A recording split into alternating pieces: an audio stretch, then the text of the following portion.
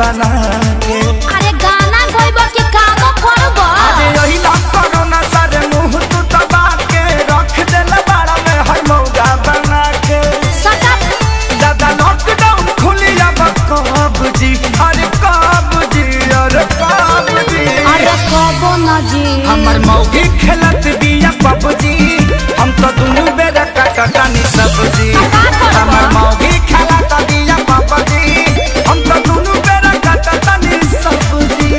ए देखो हौ लुगा धइल बा आदमी खानी खींच दो ना तो पुलिस के फोन करके कह देब कि हमार भतार 4 दिन से खोखता। अरे ना हो जातानी जातानी। हाँ ठीक बा जल्दी जा।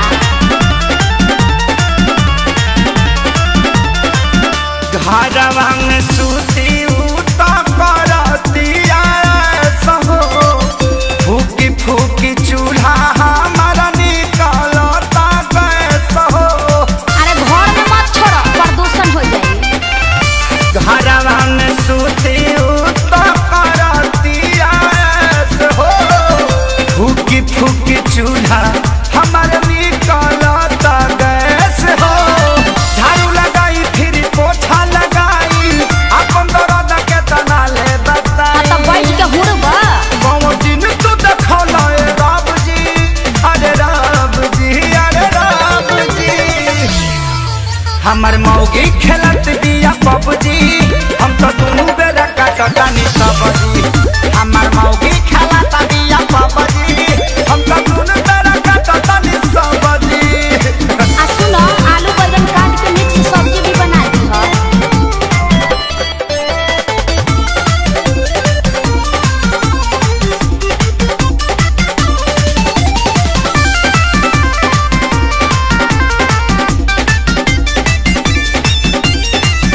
माझी माझी बरतन दर्द करता कालाई, अब से करो ना सरऊ लेला तू विदाई।